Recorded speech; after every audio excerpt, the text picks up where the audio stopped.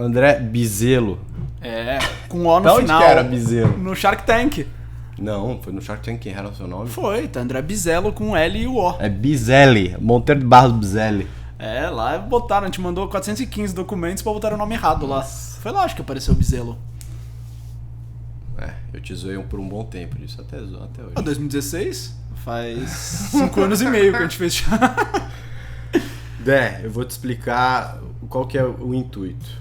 Então, eu tava te contando antes que demorou para construir, para sair o produto. E aí, o que eu fiz? Eu não tinha muito o que fazer, porque não sou eu que desenvolvo o negócio, então mãos meio atadas e eu não tinha produto para anunciar, né? Tipo, tá chegando e tal, não tinha desenho, não tinha porra nenhuma. Então eu falei, meu público é triatlon, meu público é corrida, tal, preciso ter alguma relevância nesse mercado, porque eu não sou um atleta famoso, sou ninguém. Então vou começar um Instagram. Ainda não é, né? Ainda. Vou começar um Instagram, tipo, desses meio... sei lá, sabe desses tipos de futebol que posta notícia, posta de tudo? E comecei e me botei a meta, cara, eu vou fazer 8 posts por dia e vou interagir nos stories. Tá. E aí comecei na época que era Z2 Performance. Aí falava de performance, falava de treino, falava de notícia do mundo de triatlon, de ciclismo. E, cara, um puta trampo, todo dia, 8 posts, né? Você pensa, né? Lembra na época de curry. Fazer um post já enche o saco, imagina 8. No outro dia eu achei no nosso Dropbox a pasta dos que a gente deixava Aliás, de a gente imagens. perdeu a senha pra aquele Instagram, porque o Vini veio me pedir outro dia, eu falei, mano, não sei, eu passei pra vocês aí, eu me deletei aqui. Porque era um puta Instagram trabalhoso, velho, 20 mil seguidores. Não, tem 20 e pouco, não, precisa ver, alguém deve ter a senha ainda. Cacete, enfim. Aí, enfim, era o mesmo trabalho, né? Porque no começo da coisa a gente não tinha muito conteúdo, a gente fazia post de piada e tal. Não, eu lembro que a gente ficava caçando assim, você tá fazendo o quê? Puta, não, tô com nada, agora tô com umas horas livres. A gente ficava caçando possíveis posts, então vou tirar foto, não sei. Não, e essa pasta, a gente tem essa pasta no Dropbox até hoje.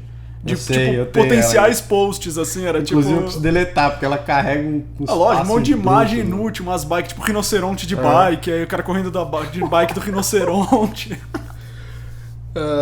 Bom, voltando ao raciocínio, aí eu comecei a falar e eu comecei a chamar, tipo... Na verdade não era nem um podcast, eu comecei a fazer vídeo. Você lembra, né? Eu ainda tava na Curry. Lembro. Quando eu comecei a filmar o processo de fazer Iron Man. Que daí, isso veio de um outro negócio, eu li um livro de um cara que chama Randy Pausch, que tinha câncer. E ele era um professor de faculdade e ele ia fazer a última palestra da vida dele e ele tá contando como que ele ia deixar um legado dele em palestra. Eu falei, caralho, se eu morrer hoje, a Duda não vai saber quem eu sou, tipo, ela vai ouvir dos outros e tal, mas eu não tenho gravado um legado, um livro meu. Isso é uma outra história que a gente tem, né, que a gente precisa concluir isso aí. Mas não tem um documento Vitor. Eu falei, cara, eu vou começar a fazer vídeo de coisa que eu gosto, né, que no momento era esporte e tal, e às vezes de empreendedorismo também, mas mais de esporte. Que daí, se um dia eu morrer, ela assistir isso aqui, pelo menos eu falo algumas groselhas que ela entende. Meu pai era meio idiota, assim, mas ele tinha algum sentido. Era bem intencionado. Era bem intencionado. E aí comecei a mexer no YouTube e eu falei, desse YouTube eu tive que alugar a sala pra abrir o CNPJ, pra ter licença e o caramba. Eu falei, cara, aquela velha história. Essa sala, exato. Aí eu falei, vou botar uma galera pra falar aqui. Aí botei o Gui, botei uns moleques pra falar e tal, aí uma galera começou a acessar e comentar. Aí quando eu comecei a ter o produto, eu falei, cara, em vez de fazer só de atleta, vou fazer de empreendedorismo e vou falar sobre a construção da marca, né? Por que a marca... Então, tipo, a ideia, beleza, né? Se você olhar por fora é só um gel. Mas a ideia era que fosse uma marca que representasse o valor que o esporte tem. Então tem toda uma construção aí, né? De tipo, patrocinar atleta. Então, esse esporte de triatlon hoje tem uma deficiência enorme de profissional, porque as empresas acabam não patrocinando eles, patrocinam, sei lá, influenciador, porque tem um retorno imediato mais óbvio, né? O cara posta, tem 100 mil seguidores, o atleta que está treinando tem 1000 seguidores. Enfim, tem essa parte, tem a parte do sistema B, que daí, então, cada coisa que a gente vende, a gente doa o equivalente em caloria, pro Somar, inclusive pro Andrés. O Andrés veio aqui falar sobre a Somar. Eu vi. Então tem essa parte, tem a parte de reciclagem que daí a gente faz, tem as embalagens que inclusive estão todas aqui. A gente faz a coleta reversa das embalagens. Então daí tem toda uma história por trás da marca e o porquê que ela não é só um gel, ela é uma marca diferente de você só comprar um gel, enfim. E aí como a pessoa também associa isso. E aí eu trago a ideia é trazer pessoas que me influenciam e influenciaram a Z2 de alguma forma a ser o que é. Então cá está o senhor, que é a minha maior influência de empreendedorismo, porque foi quem lutou comigo nas trincheiras do começo da minha história como profissão, como e que trincheiras, carreira na Curry, que foi, né, que é até hoje a minha maior experiência de vida profissional. Então, na verdade, assim, a ideia não é... O André não pode falar de B2W, então que isso já fique claro. Não vou poder tocar nesse assunto. Até bom, porque ele não é muito glamuroso mesmo, então deixa eu falar. Mas... Não tem nada muito novo.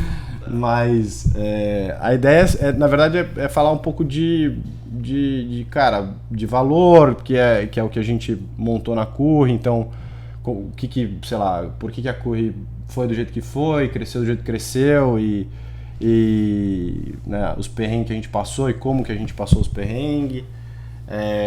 Aí falar também de religião, de vida, né? Tipo, eu na hora também de pensar o que eu ia fazer depois, tinha muito isso de tipo, né, missão de vida, né? Putz, é foda, né? Você falar missão de vida, mas eu tenho que ganhar dinheiro, né? Eu preciso botar... Agora tem filho, não dá pra ficar também, né, gourmetizando todo o trabalho da vida, mas você tem algum propósito, né? A gente como católico, como gente que acredita em Deus e num propósito maior e no porquê a gente tá aqui, eu me pergunto muito, putz, mas eu tô fazendo gel, né? O que eu tô fazendo na minha vida? Eu já tava na Curry direto, às vezes a gente tava fazendo entrega, eu tô pedalando, fazendo entrega de comida, o que eu tô fazendo? Que valor que eu tô agregando, meus dons, o que eu tô fazendo da vida, tá? Então tem muito disso por trás também. Sim. E eu tenho uma semi-resposta, mas que nunca é muito satisfatória, né? Você sempre tá buscando mais. Mas enfim, é isso. Não, acho legal, então, pra seja mim. Bem-vindo. Muito obrigado. A casa é sua, como sempre foi. Não, uma honra estar aqui. Eu acho que assim, putz, é legal falar disso, assim, até porque eu acho que a gente, do mesmo jeito que você falou do empreendedorismo, pra mim foi você que me levou muito pra esse caminho, né? Então... Te desvirtuei. Exato, eu tava indo bem como advogado e vim parar aqui. Não, tô brincando, mas acho que assim, puta, foi muito legal, assim, quando você convidou, eu fiquei lembrando, assim, acho que mesmo naquela nossa outro projeto junto, acho que pode falar pode aqui? Falar, do nosso livro que a gente tá escrevendo, acho que tenho resgatado muito o começo, assim, acho que puta, começando do começo mesmo, assim, a gente é amigo há 20 e poucos anos já. Então, assim, quando a gente começou, acho que toda aquela nossa caminhada junto da fé, né, nos aproximando, acho que o catolicismo a gente sempre muito atuante, pô, como que a gente faz mais voluntariado, empreender com impacto na época que não era moda, tipo, isso ainda não existia. A gente nem sabia que era isso que a gente tava fazendo. Não, acho que até vale depois contar da nossa entrada no Sistema B, que eu acho que representa muito qual é a nossa história, mas acho que assim, aqueles almoços que a gente tinha mensais pra discutir ideias de negócio, o que a gente vai fazer, o que a gente não vai fazer, até que você trouxe a Curry, né? Então aquele almoço... fez o Ajudar é Fácil. Ajudar é Fácil, foi legal. Fez aquele... Como é que chamava? Aquela dos idosos lá? Ah, não lembro. A gente ia no Pacaembu. Eu lembro que a gente ia no Pacaembu, era ali na Avenida... Roma, então... Não, e acho que assim, foi muito legal. Acho que assim, eu tava lembrando da ida pro Peru, por exemplo, fazer reconstrução, a gente lá, tava lembrando ontem que caiu o teto na nossa cabeça. Quer dizer, você derrubou em mim o teto de palha, eu fiquei lá embaixo, até hoje deve ter terra nos poros. Mano, bateu 200 vezes naquele muro, não caía. Na vez que você tá lá, eu bati e caiu. Nossa senhora, foi não. Não, mas sorte que era palha. Então, não fiquei soterrado, ainda bem. O Jerry saiu com os óculos todos cheios de poeira. Não, acho que assim, foi toda uma construção, acho que empreender tem muito isso, assim, pelo menos pra mim, assim, a minha opinião de empreendedorismo é um negócio que você tem que ter esse propósito maior, acho que a gente sofreu muito, assim, é uma jornada muito dolorosa, se você não tem um norte muito claro, se você não acredita muito, não tem os valores muito bem, tipo, construídos, alicerçados, ali, um alicerce muito forte do que onde você quer chegar e por que você faz aquilo, no momento que vem as provações ali, a tentação, o momento difícil, é a oportunidade do mercado, é você vendo seus amigos indo. Então acho que assim, a gente começou numa época muito boa de país, né? Acho que o país estava num momento econômico muito bom, logo depois entrou uma super crise, a gente tinha acabado de se formar, você vendo todos seus amigos crescendo na vida, tipo, sabe, virando sócio daqui, o outro sei lá o que dali. E era eu e você ali na trincheira com as entregas de bike, chovendo, fazendo entrega. Quando dava, tirava um salário de 500 conto. É, e era isso, assim. Os bikers achando que a gente era rico. Falando, não, a gente se mata. Então tinha tinha a pressão de fora, tinha o olhar a grama do vizinho, tinha o ciclista que era teu funcionário, que às vezes ficava puto com você, porque você pedia pra ele fazer a entrega, e ele falava, esse moleque é um playboy, tá ganhando dinheiro em cima das minhas costas e tal. Não, acho que foi uma jornada muito completa, vai de empreendedorismo de altos e baixos, assim. Então acho que pegando assim, tentando fazer assim o pré-empreendedorismo, acho que a gente teve, inclusive, nossas aulas, a gente ia dar aula, lembra que a gente deu umas aulas, a gente deu aula na Chapel uma vez, não lembro por que a gente foi lá, que é aquela foto que você me mandou. Aí a gente deu aula em alguns lugares de tipo catequese. A gente fez de tudo, velho. A gente ia fazendo junto as coisas e a gente não sabia que isso ia terminar provavelmente numa empresa. Tudo que a gente achava que gerava algum bem para pro próximo, né, que a gente conseguisse compartilhar, a gente fazia. E a gente ia, tipo, era legal que a gente sempre fazia meio individual, mas ao mesmo tempo a gente tentava trazer o outro. Então você ia com os seus caminhos, eu com os meus no Pax, você com o Andrés no Somar. E a gente, não, vem pra cá, vem pra lá. E aí a gente acabava que os dois navegavam meio que os dois mundos, porque a gente sempre fazia muita questão de... Então acho que assim, pra mim um marco foi minha ida pro Chile, quando eu realmente entendi um pouco o meu papel, assim, de tipo, ok, eu não quero mesmo ser um advogado, não quero trabalhar no mercado tradicional, eu quero trabalhar com alguma coisa que eu veja uma transformação mais imediata na vida das pessoas. Sim. E aí voltei e encontrei você nesse mesmo momento aqui, então a gente saiu Ajudar é Fácil. Cabe, hein? Beleza. Já tomou meio litro de café, então a gente já nem é acelerado, vai ser tranquilo o ritmo. É bom que quem quiser ouvir num vez e meio lá ou duas, não vai ouvir. Não vai conseguir. Exato. A gente vai falar devagar, rápido, seu porra. Uma vez só no máximo, 0,75 pra tentar entender. Então assim, acho que, Ajudar é Fácil, pra quem não conhece, era assim, naquela época, acho que era 2011... Não tinha o negócio, faltava muito isso. Tinha muita gente querendo fazer voluntariado, muito trabalho voluntário legal, as pessoas não conheciam e aí, o trabalho que ele conhecia não tinha fit com o que ele queria. Exato. Então, eu gosto de trabalhar com criança, só tem aqui a opção de trabalhar com idosos e vice-versa, eu quero trabalhar com esporte, não tem. E a ideia do Ajudar é Fácil era um grupo, acho que tinha umas 10, 12 pessoas, eu e o Vitor capitaneando o grupo, e a ideia era que a gente fizesse essa aproximação. É um grupo, acho que até hoje existe no Facebook, a gente queria ter um site... Existe. E aí, no fim do dia, começou com 12, viraram 8. Foi aí que aprendi até a mexer um pouco em web design com aquela porra de WordPress. Foi aí, pra fazer o Ajudar é Fácil. E aí eram 12, viraram 8, viraram 6, viraram 2, com a ajuda da Paty, que teoricamente não era o grupo original, e ela se matava em ajudar a gente. Então acho que ali foi o primeiro momento que a gente filtrou um pouco... Negócio de quem quer beleza, é legal, acho que muita gente quer, acho que até quem quiser empreender, assim, muita gente, quando você fala a ideia, quer vir. No Oba-Oba sempre tem, 20 nego na primeira ideia. Não, pô, vamos, pra sentar a bunda pra trabalhar, passou um mês, aí você já vai ver quem fica. E aí o negócio foi indo, só que eu trabalhava num escritório, o Vitor trabalhava também, aí começou a ficar extremamente pesado, o negócio ficou meio no... Beleza, quando dá tempo a gente preenchia lá, respondia, e aí começou naturalmente a perder engajamento e etc. Agora você que tá com uma vida quase de blogueiro sabe digital influencer... Do engajamento, a importância da recorrência na resposta. Mas aí a gente meio que foi... Daquele projeto a gente decidiu empreender, né? Então acho que ali começou nossos almoços mensais que a gente ia no clube. Aí vinha aquelas ideias brilhantes, a gente é criativo, né? Acho que assim, uma coisa que a gente não pode negar é que a gente é criativo às vezes com umas ideias bem fracas.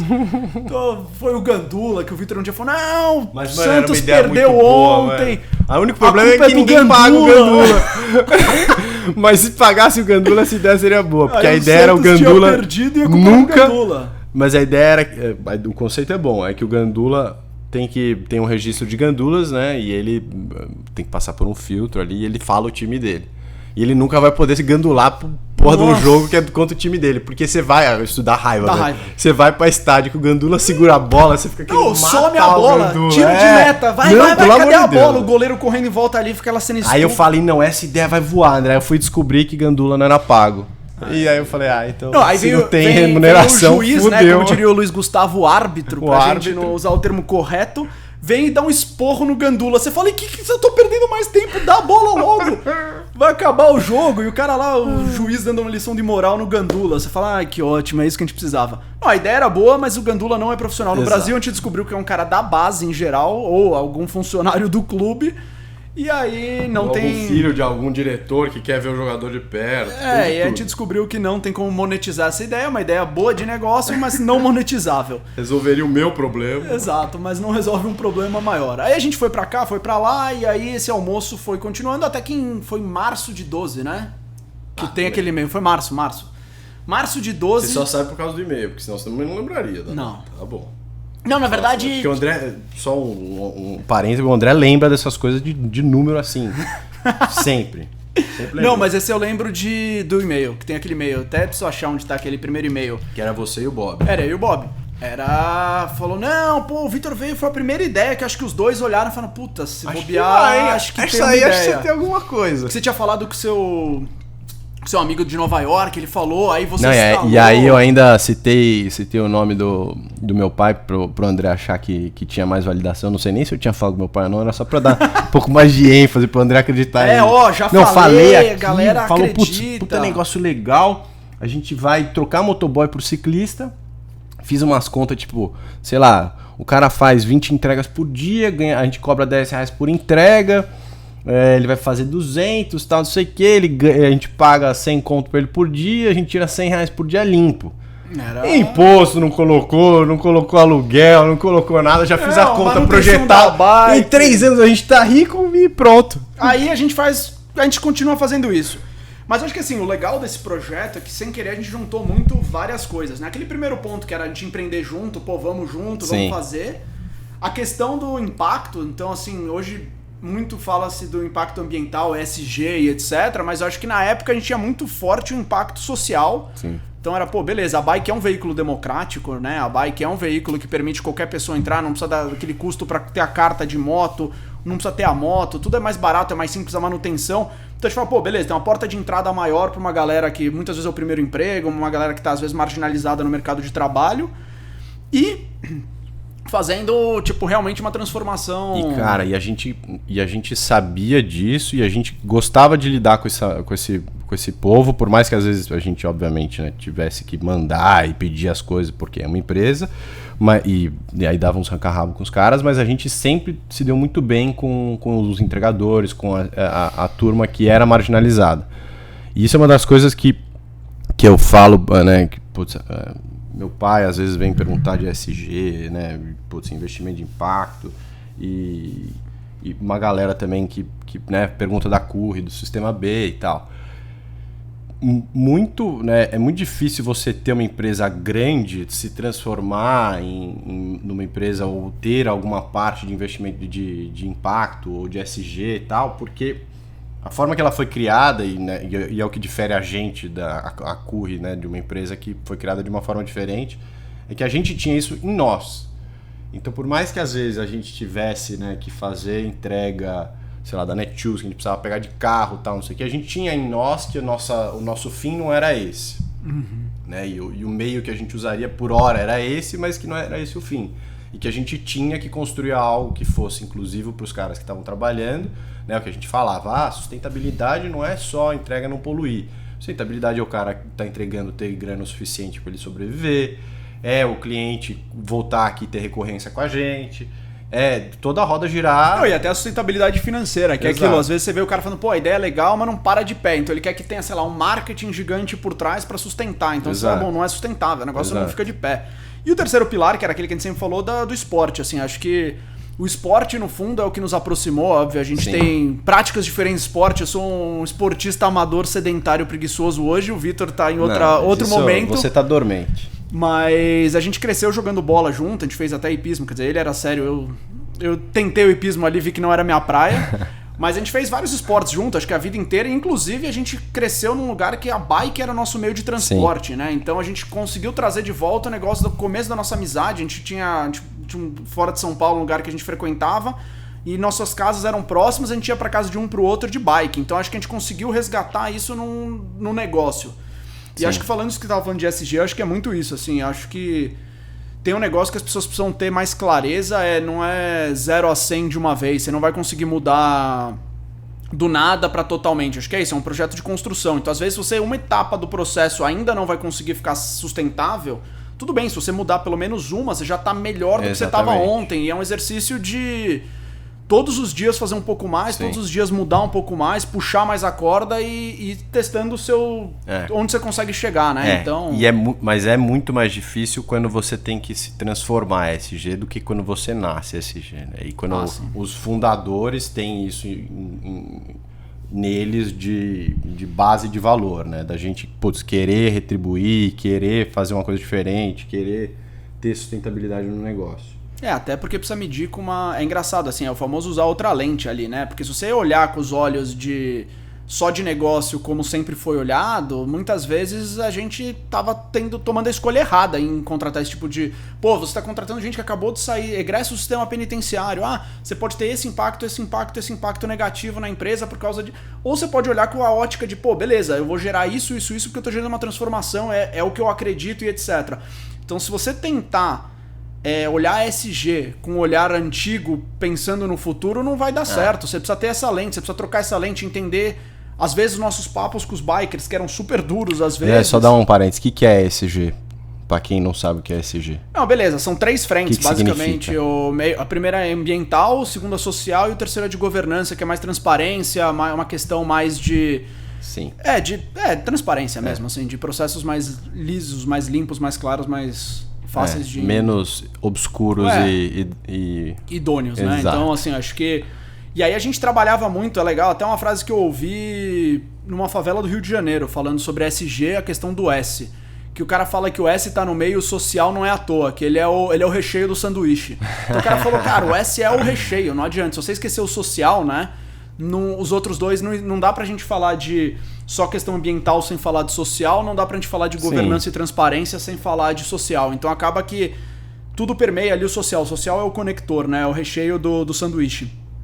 Então acho que assim, foi legal a nossa jornada e acho que a gente olhava muito o biker individual, assim, cada biker como uma pessoa com uma história e a gente tentava usar uma lente para medir, para melhor tratar aquela situação, né? Então assim, tivemos situações bem complicadas, eu acho, tanto de falta de respeito, acho que até ameaças aqui ou ali, acho que não dá pra falar que foi uma jornada tranquila disso, a gente teve até BOs, né, feitos na polícia em relação a isso. Mas quando a gente olha o 80-20, eu acho que a maior parte deles a gente conseguiu mudar a vida dessas pessoas. A gente estava até antes de entrar aqui conversando sobre vários dos que passaram. Acho que, não lembro agora de cabeça, mas talvez mais de 500 pessoas tenham passado pela Correiros nesses vários anos, nesses 7 anos, antes da venda. E eu acho que a gente transformou a vida de grande parte deles, assim. Então, certeza. Até uns que a gente não sabe. Cara, pensa a diferença desse cara... 18, 20 anos, não tem pretensão de fazer faculdade. O cara tá ali talvez ou no primeiro emprego, ou o segundo, o cara tá vindo de um emprego que... E o jeito que a gente fazia as entrevistas do cara. O cara nunca tinha passado por uma entrevista, não sabe o que era, né? Tipo, ele chegava muitas das vezes e não sabia o que falava. Você lembra do Marcos? Lembro. O Marcos não sabia falar, velho. Aí você lembra o que o Marcos virou? O Marcos depois ele falava, ele liderava ciclista, ele fazia teste, então era nítido que essas pessoas não tinham nem noção das oportunidades que poderiam aparecer pra eles, assim. E a gente começou com aquele modelo antigo, né? Traz o currículo. A gente falou, cara, que currículo? Esses caras, tipo... Aí a gente foi tirando o currículo, o cara só aparecia, e a gente fazia uma entrevista pra tentar meio que preencher um currículo, entender... Não, e foi... A gente fez um livro que já era o currículo. Que tipo, a gente não precisar toda vez, né? Já tava tudo ali, assim. Você só preenchia. Não, e é legal, até falei com o Marquito semana passada, ele tava com a bike daquela época. Ele me mandou foto, ele mandou foto. Tava bonita. Não, eu acho que é muito essa história da gente transformar. Outro dia eu encontrei um ex-biker nosso, que foi biker, acho que em 2014 ou 15, ele ficou 3 meses. Eu, de fato, não nem lembrava dele. E aí ele falou, não, putz, eu tinha acabado de sair, tinha sido preso, tinha acabado de sair, vocês me deram a oportunidade, eu fiquei pouco tempo, mas foi o tempo suficiente para que outro emprego me contratasse. Então isso é outra coisa que a gente descobriu na época, né, que quando a pessoa logo que saía ou depois que saía, o primeiro emprego dela era muito difícil. Então acabou que a gente virou muitas vezes trampolim de emprego. Sim. Então o cara entrava, trabalhava 3, 6 meses de biker, estando empregado com carteira assinada, na época todos os nossos bikers eram carteira assinada, o cara conseguiu um outro emprego. E aí... delícia, hein? Esse foi um mega desafio da vida também. Era. Não, e as contas, que a gente não tinha a menor ideia que quando o cara carteira assinada tinha imposto aqui, imposto ali, a gente fez a conta, nosso primeiro business plan. Ô, Jomão! Ligava, Nossa senhora, Jomão. Não, nossos contadores vão todos pro céu, a gente... Nossa. Mas a gente tava falando do teu irmão, que tá empreendendo também, e de um jeito, né, muito mais profissional do que a gente fez. Mas, cara, eu acho que do jeito que a gente fez foi... Pra mim, não tem como eu ter aprendido mais sobre pessoas, sobre sociologia, sobre psicologia, sobre construção de negócio, criação de valor, criação de marca, percepção de marca, do que do jeito que a gente fez. Nossa. Que é começando do zero e tendo que criar valor e tendo que gerar valor, não só para nos sustentar, mas para o entregador também, e aí criar uma condição melhor para ele, porque às vezes o que a gente achava que era bom para ele não era, né, e ele valorizava outra coisa. Não, isso é legal pensando em produto, assim, acho que assim, a gente pensando como um todo, não em produto, mas assim, a gente acha que a gente sabe, então era aquilo, a gente... Não, porque se a gente fizer isso aqui pro biker, a vida dele melhora. Daí eu falo, cara, eu não quero isso. Aí você fala, opa... Exato. Então era aquilo de aprender a entender o cliente, né? Então no fundo, beleza, ele era nosso funcionário, nosso cliente, mas a gente tava num momento de construção de... Acho que hoje quando você fala entrega de bike, é um negócio que todo mundo olha e fala, lógico, tem um monte de biker por aí. Lembrar que, cara, quando a gente abriu não tinha ciclovia. Faria Lima e Paulista não existia. Entregador de bicicleta. Você viu o cara de pão que tava na esquina pra casa do vizinho. Não, a ciclovia da Faria Lima, a gente tava na inauguração, a da Paulista, tipo, acho que era outra cidade, a cultura bike não existia. Era então, assim... Cidade. E, putz, falando daquilo que você falou, acho que assim, de verdade, concordo, assim, a gente ter aberto 21, 22 anos, foi um momento, a gente não tinha ideia onde a gente tava se jogando. Com certeza não ganhou tanto dinheiro nessa época como a gente deveria, como nossos amigos ganham, mas assim, eu tava lendo outro dia que nunca você deveria, né, aquele Simon Sinek lá, que faz o... Comece pelo porquê. Esse aí. Você não deveria ir para um emprego perguntando quanto você vai ganhar ou o que você vai ter naquele emprego, mas sim quem você vai ser depois daquele emprego.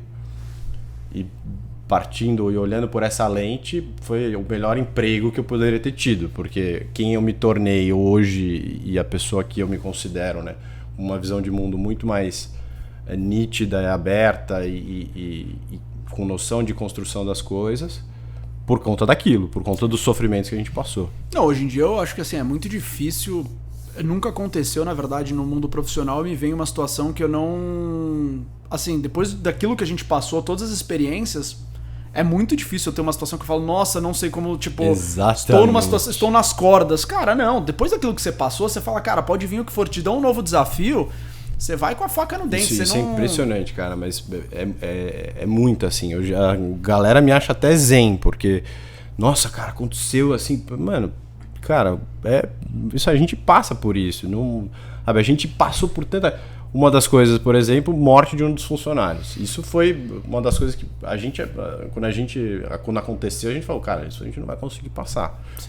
Porque o cara morreu sob nossa responsabilidade, a gente foi falar com a mãe do cara, você foi ver o cara no hospital tentando ser ressuscitado, a gente falou, cara, não tem como. E aos poucos a gente, cara, aparecendo lá, conversando com o ciclista, dando as caras, foi no velório, fez toda a parte difícil, falou com a mãe, fez todo o processo de reabilitação dos entregadores que estavam com medo daí de fazer entrega. Putz, que não, e a gente, quanto tempo a gente não passou que tocava o telefone no meio do dia de algum biker gelava. Falando, qualquer coisinha. Toda vez que você me ligava, eu assim, gelava. Não, foi um caso, assim, era uma segunda-feira, eu lembro até hoje, assim, dia seguinte do segundo turno da eleição de 14, assim, acho que pra mim foi muito marcante. Eu lembro se 27 ou 28 de outubro. E aí, meio-dia e pouco... Porque era... Eu lembro de ser aniversário do Dewey também. Ah, então 27. E um dia antes do aniversário do meu pai. Aí o Gustavo, que tá aqui com você hoje, tinha ido almoçar. E aí a gente tinha aquele esquema, né? Quando alguém saía da operação, algum de nós assumia. E aí eu tava na operação, tocou o telefone, era um biker falando, aconteceu isso, tem um biker tal, passando mal aqui na Paulista. Tava um puta...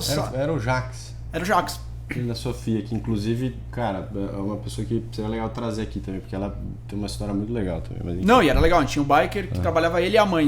Então era a Sofia e o Jax pedalavam com a gente. Aí era o Jax, ligou, falou do tal, só que assim, ele falou meio, ele tá passando mal aqui. Ele viu um cara caído e viu que era corrida. E falou, tá quente pra caramba. Eu falei, bom, ferrou, né? Calor, passou mal. Aí eu chamei o cara da sala do lado, tava um biker, o Vini. Falei, pô, Vini, vamos comigo aí, você tem carta, qualquer coisa você pega o carro, eu desço pra pegar a bike, pôr ele aqui dentro e beleza. Pra mim ele ia trazer ele de volta pra base pra tomar água, pôr tipo alguma coisa. E aí eu olhei nas planilhas lá, no sistema que a gente olhava, não tinha nenhum biker que devia estar naquela região, então eu não conseguia entender quem era. Falei, mas como que tem alguém lá? Não era pra estar lá. Aí a gente foi. Quando a gente chegou lá, a gente viu eu e o Vini que era uma situação um pouco mais grave. Então tinha um ônibus, tinha uma bike embaixo do ônibus e não tinha ninguém lá, né? Já tinha área isolada. Já tinham levado ele? Já. Aí me falaram, ele tá nas clínicas. Aí eu liguei pro Fê Junho, que é um amigo nosso de infância, que é médico. Falei, pô, você tá aí? Ele falou, tô. Falei, cara, preciso de uma ajuda, tô indo pra aí, mas me dá uma... Me sinaliza. O que tá acontecendo? Tipo, me deixa a par aí que eu não sei. Ele falou, não, tá, vou ver rapidão. E aí ele me falou, cara, caso grave.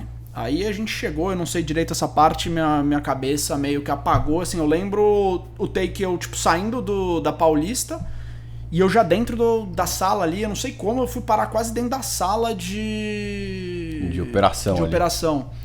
Aí eu fiquei lá, acho que durou, não sei, eu não tenho noção de tempo disso, assim, eu perdi. Mas não conseguiram, não deu pra reanimar e aí me deram a notícia. Eu lembro até hoje, assim, aí eu falei, cara, eu sentei no chão lá no meio do hospital, um monte de gente passando, não pode sentar. Eu falei, tipo, foda-se. Passa por cima de mim, faz o que quiser. Cara, eu não... Aí, não sei o que, nananã. Aí, cara, até sou muito grato ao Fê, ele apareceu essa hora, não sei da onde, não sei direito o que aconteceu, não sei... E aí me botou num canto, eu demorei um tempinho, consegui retomar as forças, aí eu te liguei. Foi a hora que eu liguei pra você. Eu falei, Vitor, não tinha te falado ainda, porque... Deus. Porque eu não tinha ligado. Eu falei, biker passou mal na Paulista com calor, vou ligar e falar, Vitor, o cara baixou a pressão. Então eu falei, não precisa. Aí quando você entra lá e eu vi que o negócio era diferente, eu também não lembrei de ligar, porque eu falei, cara, sei lá, entrar um negócio, aí quando eu falei, não, agora chegou a hora de realmente não ter o que fazer. E cara, eu acho que pra gente dói mais, porque... A gente tem toda essa história que a gente contou no começo, né? Que era muito... Né, a gente falava que era a família, né? Do Correiros, o cara ia lá, todo mundo conhecia o cara, a gente fazia pizzada, ficava na mesma sala que os caras, não é? Tipo, acho que quem olha de fora não tem a noção, tipo, que não é um Rappi, um iFood da vida que a gente não tem contato com o cara. Não, a gente sabia, eu lembro que ele era triatleta. É. E ele tava, inclusive... Não, ele era muito forte, ele era da concorrência, ele era da Carbono. Ele era um cara que já tinha flertado de vir trabalhar com a gente e antes não tinha conseguido, e aí ele veio. Ele tava super recente, ele era tipo um mês. Era o mês do aniversário dele, ele entrou no dia do aniversário dele, ele entrou dia 1º de outubro, que era o dia do aniversário dele. Ele não tinha completado um mês ainda. Não, e aí ele postava um monte de foto, ele tava super feliz, e aí essa subida pra Paulista, inclusive, era um treino pro triatlon. Era Outubro Rosa, a foto dele com... Nossa, era muito foda. E aí, o negócio é o seguinte, quando você tem um sonho...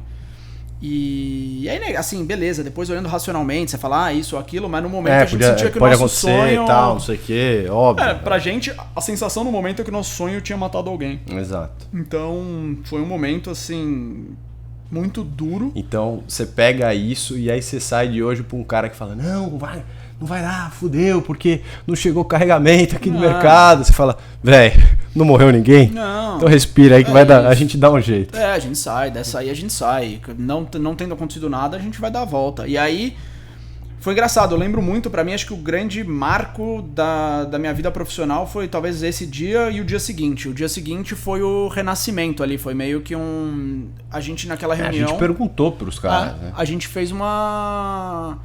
A gente fez uma roda ali de Pai Nosso e perguntou pra eles. Falou assim, a gente fez uma decisão colegiada se a gente devia manter a empresa ou fechar. Na época a gente não tinha investidor nem nada, era eu e o Vitor, então falou, assim, cara, beleza. Pra gente, assim, a gente tá destruído.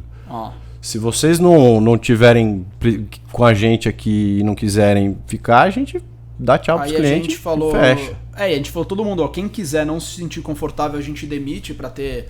a multa do FGTS, poder, etc. Então a gente falou, beleza, uma circunstância que a gente topa demitir. E foi assim, eu não lembro agora o número, mas a gente devia ter uns 15, 20 bikers. Eu lembro que 2 bikers realmente pediram, um deles inclusive é o que tava na cena, né? Acho que foi muito forte. Mas eu lembro até hoje a frase de um deles. Ele falou: vocês acham que o sonho é só de vocês, mas é o nosso sonho também. A gente poder trabalhar com o que a gente gosta, tá na rua, tá trabalhar pedalando, sentindo o vento no rosto, é o que a gente gosta. Então vocês acham que o sonho é só de vocês, mas vocês conseguiram passar o sonho é de todo mundo. E aí foi ali que... e aí ali a gente baixou a cabeça e falou: cara, então é isso aqui, a gente não para mais. A gente vai corrigir os processos. A gente começou a ser muito mais chato com tudo que a gente cobrava já, mas que a gente, né, passava um pano se a gente pegasse, né? Tipo, fulano tá sem capacete, fulano... Não sei o que, a gente dava uma bronca, mas passava um pano. A gente começou a demitir cara que não respeitava. Fez atrocidade na rua, a gente foi comunicado, né? Porque celular a galera tava filmando, e a gente tinha aquelas campanhas que a gente fazia do tiro foto, filme no courrier, pra gente. E a gente conseguia identificar, mas eu tava de capacete. Você fala, cara, tem foto aqui. E aí a gente começou a trabalhar de uma forma diferente com os entregadores. A gente começou a ser mais adulto. A gente teve que amadurecer como empresa, e eu acho que os caras que estavam naquele momento entenderam e ajudaram pro time, né? Porque isso é outra coisa, a gente teve alguns bikers que ficaram com a gente muitos anos, então eles passavam essa história, então todo mundo sabia que a gente não tava fazendo aquilo pra ser chato ou qualquer coisa, mas que aquilo realmente era um negócio importante, assim. E é engraçado, porque ao longo da trajetória, eu acho que vários momentos difíceis, né? A gente passou, acho que o próprio ano de 2019 foi um ano super duro de caixa, foi um ano super apertado. 2015 a gente teve a dificuldade com a alteração do sindicato, mudando o custo da manutenção da bike.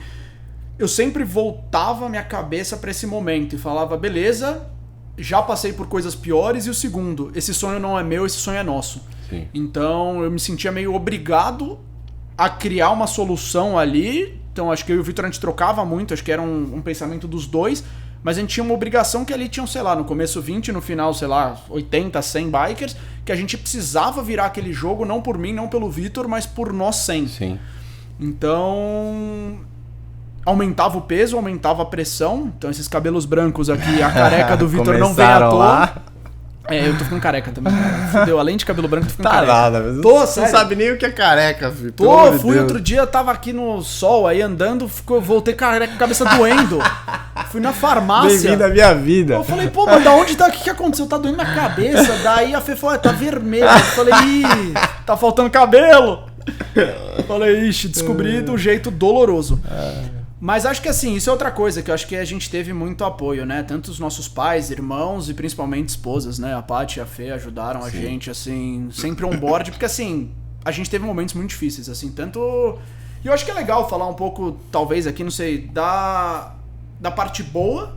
Então acho que a gente fez coisas fantásticas, assim, pensar que a gente saiu de... Era uma ideia que ia fazer entrega de... uma ideia completamente louca, com bike X, e aí a gente terminou trabalhando com micromobilidade, que é um negócio, assim, sendo uma das primeiras empresas, se não a primeira no Brasil ou na América do Sul, talvez, a fazer o conceito de micromobilidade, de aproximar a carga do destino final, pequenos deslocamentos, resolvendo uma puta dor do e-commerce e sendo comprado por um gigante do e-commerce. Então era assim, 2 sonhadores, um administrador e um advogado, tipo, ninguém engenheiro fazendo fluxo de operação e não sei o que. A gente criou todo desenhando o processo, a gente foi aprendendo, desenvolvendo um modelo de negócio que era interessante. A gente descobriu depois que tinha outras empresas querendo comprar. Pra mim, a prova de que a resiliência pode tudo, cara. Porque do tanto de vezes, né, pra você pensar, isso foi uma caminhada de 7 anos até a gente concluir com um final, né,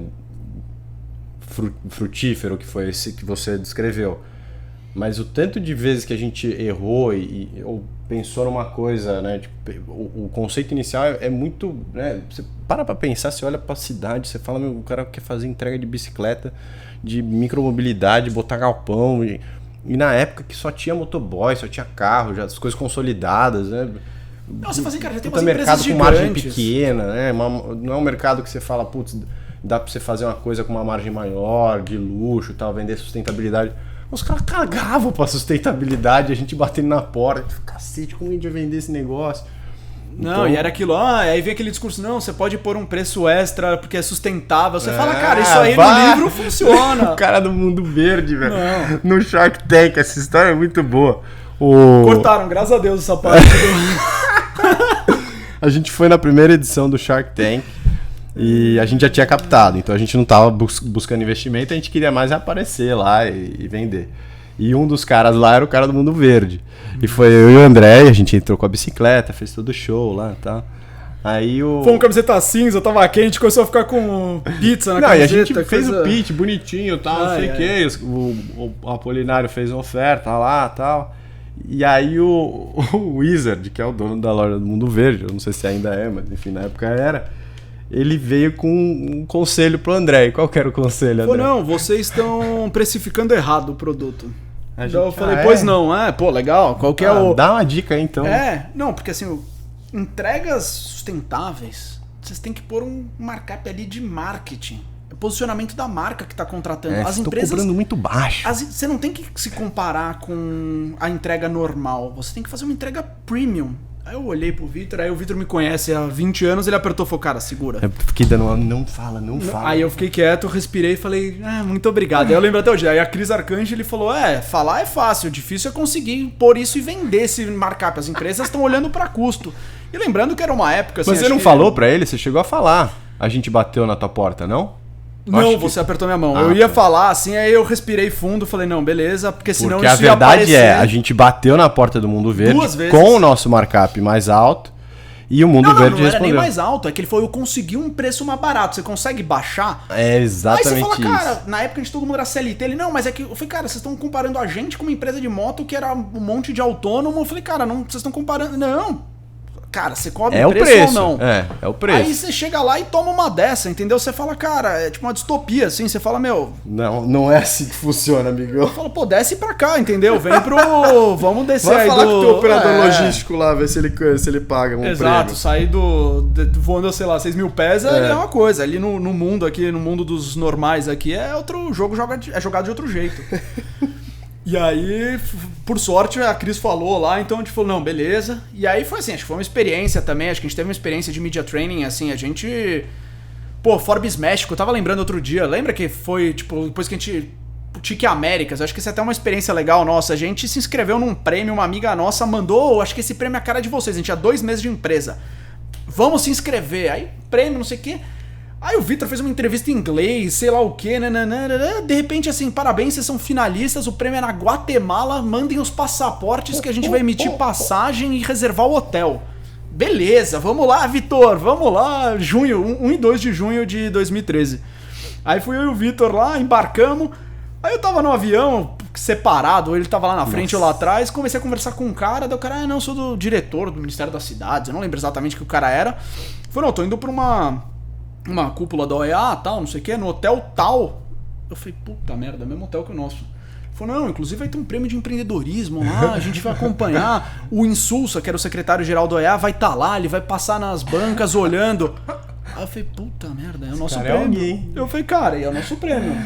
Aí saiu do avião, tipo, deu uma cotovelada no Vitor. Eu falei, Vitor, o negócio é sério. Como assim? Aí eu contei pro Vitor enquanto a gente ia com esse cara. Você lembra como a gente entrou na Guatemala? É óbvio que eu lembro. A gente ficou lá naquela salinha tomando uísque, velho. Ou champanhe, sei lá que porra. A gente ficou numa sala junto. A gente não passou pela alfândega normal. A gente entrou junto com os caras da diplomacia lá, sei lá. E pegamos carona com o cara. Né? Aí ele falou, pô, é uma cidade de 1h30. Não, cara, tem um transfer fechado, sai aqui pelo fundo. Aí fui lá e o Vitor, do nada, a gente chega no Alguém hotel. Pegou nossa mala, fez todo o processo pela gente. A gente voltou com o passaporte carimbado. Foi um negócio assim, a gente entrou quase como diplomata lá. Eu falei, mas o que tá acontecendo, Vitor? Não sei. Aí a gente chegou no hotel, aí depois de um tempo a gente desceu. No hotel errado, você lembra? A gente foi no hotel errado, a gente fez reserva. Ah, não, porque a gente não sabia que a gente tinha hotel. É verdade. Tipo, a gente falou, não vamos pagar um hotel pra gente. Aí a gente foi lá e pagou um hotel. Aí a gente foi pro hotel do evento. Era um hotel legal que a gente tinha reservado. Era. Aí a gente foi pro hotel do evento, super hotel legal, aí chegaram os caras do evento e começaram a vir na nossa direção. Eu falei, Vitor, alguma coisa tá errada, tem um monte de gente vindo na nossa direção. Ele falou, ixi, o que foi? Eu falei, não sei. Vocês são os brasileiros? A gente, somos. Bandeira do Brasil e tal. Daí o cara falou, então, tem gente do nosso time esperando vocês no aeroporto. Por onde vocês saíram? A gente falou, eita. A gente não sabia que tinha uma organização pra gente. Foi, pô, tava mó feliz que a gente tinha hotel pago. E cabeça de startup, corta custo. Vou pagar um táxi, o cara me ofereceu carona aqui no transfer da... Sei lá, que tomamos uns goró antes de ir. E foi divertido. Conhecemos uns caras que a gente não sabia quem era. E aí a gente descobriu. E aí a gente foi indo no prêmio, a gente fez o pitch na madrugada. Era uma feira que a gente botava o stand lá e a galera passava e meio que a gente ia ficar fazendo pitch, né? Que a pessoa vinha, o que você faz? Aí você falava e você ganhava ponto por isso. E aí depois você fazia um pitch de verdade, daí que era pra uma banca, e aí você fazia um elevator pitch também. Era. E aí tinha um vídeo, isso, o nosso vídeo é verdade, que seu amigo fez. O Gui Solomon. O Gui, ele ficou pronto na foi noite. O vídeo do Júlio, que o Júlio beija. Era! Não, beija, foi, você beija a Paty e o Júlio dá uma flertada com o olho lá, esse vídeo entregando é bom, flores. Achar esse vídeo. Aí Cara, a gente varou a noite ensaiando, porque a gente tinha o pitch mais ou menos. A gente falou, beleza, a gente não tava entendendo a magnitude do que a gente tava. E era assim. Aí eu lembro, terminou, tinha um Q&A. Aí o Q&A era assim, tipo, perguntas e respostas dessa banca. Era... Você lembra que no nosso business plan a gente saía de tipo, sei lá, a gente tava fazendo na época, acho que, sei lá, 30, 50 entregas por dia. E aí a gente tinha acabado de fechar a Netshoes e a gente falava que a gente dava um salto de 50 entregas para 100 entregas, para 200 entregas, para 500 entregas. Tipo, 4 meses, assim. Era o famoso taco de rock aí lá, a mina de falou, exponencial. Mas o que é esse número aqui que ficou tão grande e tal? Não, a gente explicou, não, porque o e-commerce é o futuro e tal, não sei o que, a gente vai fazer 500 entregas. E ela falou, vocês são meio arrogantes, né? Deve assim, mas eu gosto disso. Ela falou, lembra? Ela falou assim, empreendedor tem que ser arrogante, confiante, sei lá o que. A gente falou, é que assim, a gente foi tipo, puta, eu tinha 22, você 23. A gente foi assim, uma empresa brasileira nunca tinha chegado nessa final, que dirá ganhar. Então a gente foi meio de franco atirador, a gente tava curtindo o momento e a gente tava muito confiante do que a gente tava fazendo, a gente tinha acabado de abrir a empresa. Tinha um cara que era brasileiro, que tinha falado, não, eu já tinha tentado algumas vezes e tal, e aí ele foi com a gente. Tipo, tinha a Petrina também. Tinha a Petrina. Não, foi muito legal. E acho que assim, a gente ganhou. A conclusão é que a gente ganhou o prêmio. O Vitor fez o pitch na frente de todo mundo, o elevator pitch em 30 segundos ali em inglês. A gente ficou treinando com outros trecos. E a gente tinha prometido que se a gente ganhasse, a gente pularia de terno na piscina. Que tinha lá. Aí a piscina, uma poça de carpa que tinha lá. Não, a gente tava claramente destoando, assim. Quando a gente ganhou, o Vitor subiu no meu ombro, a gente foi buscar o prêmio com o Vitor no ombro. E aí, beleza. Acho que terno no negócio. Não, embrulhamos o terno numa sacola. Eu fui visitar meu irmão que morava nos Estados Unidos. É verdade. O terno chegou aqui no Brasil. É verdade. Não, foi... Não, tiveram bons... Ah, óbvio, você tava falando, não foi só coisa boa, teve muita coisa difícil e ruim, né? Porque a nossa amizade sofreu muito. Sim. A gente sofreu com sócios também. A gente sofreu para aprender a captar dinheiro, sócio no Rio de Janeiro, faz franquia, não faz franquia. A gente deu muito murro em ponta de faca, mas a gente cresceu. Eu acho que a gente virou ótimos generalistas, assim, tipo, a gente aprendeu um pouco de tudo, assim, a gente teve que aprender franquia, a gente sabe um pouco, a gente sabe de relação de sócios, como resolver, a gente foi aprendendo financeiro, marketing, mas assim, isso é um fato, acho que assim, a questão da amizade é um ponto que é muito louco isso, eu nunca esqueci o dia que a gente tinha acabado de vender, a gente andando na rua que você falou, puta, que bom, a gente pode voltar a ser amigo. Porque no fundo você vira sócio e a gente ia se encontrar, difícil, era chato, entendeu? Porque eu encontrava o Vitor no final de semana, tava, sei lá, eu, a Fê, o Vitor e a Paty, legal. A gente sentava, 10 minutos a gente tava conversando de assuntos como qualquer pessoa discutiria, aí dava algum estalo, aí a gente começava a discutir negócio. Não dá. Aí ficava chato. Eu encontrava o Vitor sábado. Eu mentoro bastante moleque hoje em dia, inclusive o do Pet é um deles. Uhum. E assim, tem muita coisa boa de ter amigo sócio. Mas durante aquele período é muito difícil você ser amigo do sócio. Sim. Porque precede o negócio, o filho que você está criando com ele, que é a empresa, precede a tua amizade, em tese. Uhum. Você ainda tem o carinho pela pessoa e você respeita a pessoa, mas você quer e a pessoa quer que aquilo funcione. Tanto que eu tava desenvolvendo a Z2 e você sabe, né? Minha vida hoje é metade treino, metade trabalho e 100% família. Só que muitos dos meninos que treinavam comigo, porra, essa ideia é animal, tá, não sei o que, vai decolar, blá, blá, blá. Quero ser teu sócio. Tem um hoje em dia dos meus melhores amigos que trabalha na XP e falou, putz, cara, você acha que rola a gente ser sócio? Eu falei, cara, não. Não, é muito treta. Não rola porque eu gosto de ser seu amigo e uma das minhas maiores dores com o André é que a gente não conseguia diferenciar. E não dá, porque a vida é muito difícil, né? Porque você precisa do dinheiro para sobreviver. E isso vai ser um estresse. Porque se a tua né? Se você não tem o colchão financeiro de falar, cara, eu não tenho preocupação se hoje pingar ou não. Se você tem isso aí, ok, porque daí não causa tanto estresse quando você chega em casa. Sim. Né? Porque o estresse é quando você chega em casa, a empresa, putz, não foi bem esse mês. E aí, putz, o teu sócio fez uma coisa que te incomodou e que, cara, e você culpa, ou você nem culpa ele, mas às vezes tem uma frustração sua consigo, e aí com ele também, e aí você fala... Não, quando o negócio tá errado, a culpa é de todo mundo. Exato. Aí você já chega puto com ele, porque você tomou esporro em casa, porque você não conseguiu ganhar a grana que você falou que você ia ganhar, e aí o negócio não tá andando, e aí você desconta nele, e aí ele desconta em você. Então, cara, é natural que essa relação fique muito estressada. Principalmente quando o negócio tá bom, então assim, puta, pensar os anos... 2012 a 16, 17, que foram os anos dourados da Correios, que a gente só crescia pra caramba, Sim. recebeu investimento, com exceção da fase do alemão, mas aí era uma fase que aproximou mais do que separou, porque não era uma briga, era o contrário, era um segurando o outro pra gente ficar de pé, porque os dois estavam derrubados. Quando começou, depois de 17, que o negócio começou a ficar complicado, nosso modelo de negócio se mostrou obsoleto, que a gente precisou pivotar. Então a gente pivotou 2 vezes ali, de 17 a 19 até a venda. No ano da venda, a gente abriu o ano, eu nunca esqueci aquele primeiro e-mail nosso que a gente tava sem caixa. Então era assim, cara, eu fazendo um malabarismo pra tentar pagar as contas, uma pressão gigantesca. Então era assim... A gente teve um investimento que era pra ser e não foi. E aí fica um negócio meio tipo... Vitor com o comercial, eu com o financeiro, é óbvio, um não tá trazendo receita, o outro não tá cuidando bem do caixa. É natural, entendeu? É um negócio que assim... Não tem como Mas você... ao mesmo tempo, né? Tem essa parte, né? Que, putz, dá o pau. Só que quando você é sozinho... Hoje eu sou sozinho aqui, mas eu só consigo ser sozinho aqui por tudo que a gente passou.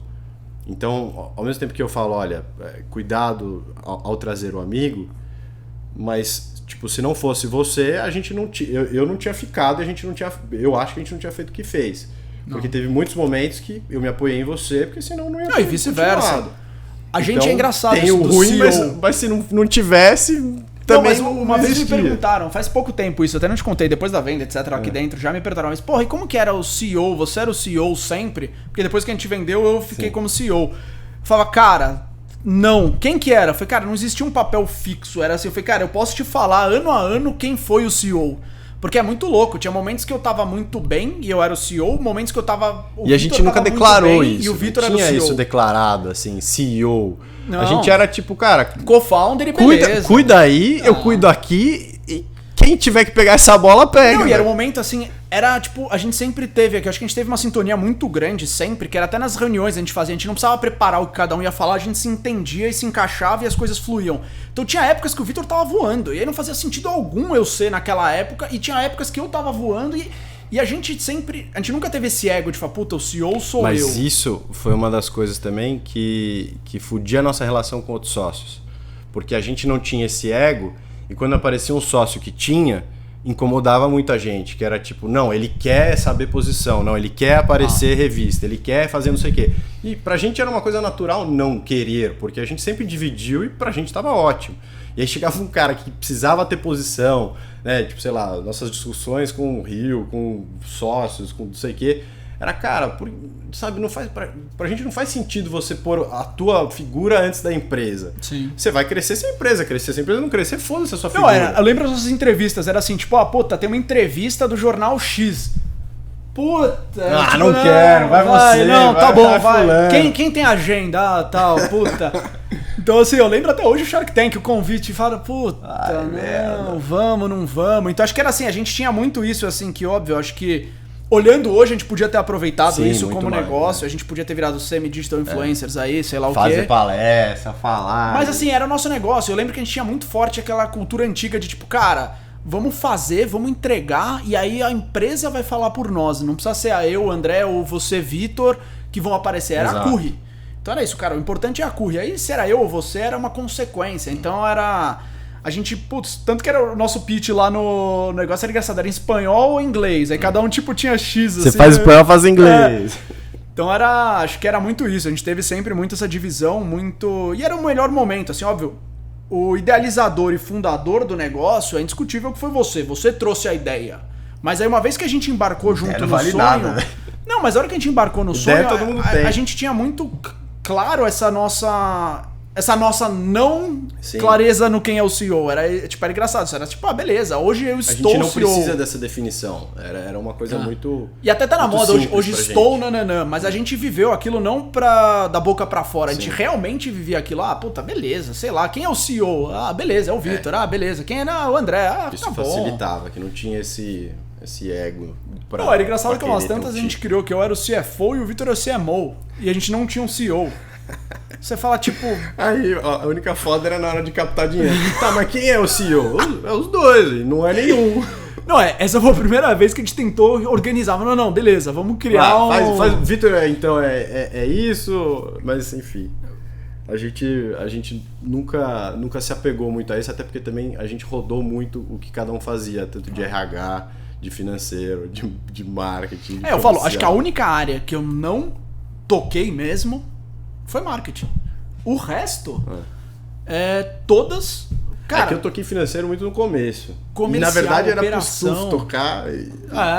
E aí eu só toquei porque não tinha opção. Não, era que não era minha vontade. Mas enfim, a gente fez de tudo. E enfim, pra concluir, porque a gente falou muito e o senhor é um cara muito atarefado, só existe isso aqui hoje porque a gente viveu o que viveu e eu só consigo tocar sozinho por conta das experiências que a gente teve. Porque senão não teria segurança e confiança de tocar um negócio sozinho. Só uma história saideira que a gente não falou e eu acho que talvez seja a história que mais define a nossa trajetória empreendedora. Manda. Greve dos caminhoneiros. Nossa. Cara, Vitor comercial, eu ali no financeiro, todo mundo sendo CEO, ninguém sendo CEO, a gente tava nessa aí, cara, estoura a greve dos caminhoneiros. O telefone do Vitor virou assim, tipo... Era ligação atrás de ligação. Telefone de puta. Cara, a gente botou uma lousa, não esqueci. O Vitor escreveu assim, cara, tipo... Isso quem aqui é o que é tá a gente? vindo. A gente vai funilar aqui pra pelo menos os melhores. Qual que é o critério, qual que é não sei o que. A gente, cara, sala de guerra... Porque a gente era a única empresa, não única, né? Tinha as nossas concorrentes de bike, mas a gente era a maior na época. Era mais estruturada para atender e-commerce. E aí começou a tocar o telefone insanamente. Os nossos clientes querendo passar demanda que antes estavam represadas. Era um momento assim... E não, aí... fazia com outros modais, né? Com gasolina. E aí a gente falou, cara, temos aqui não sei o quê. A gente começou a pensar como fazer. Aí o Vitor já tinha a cachaçaria.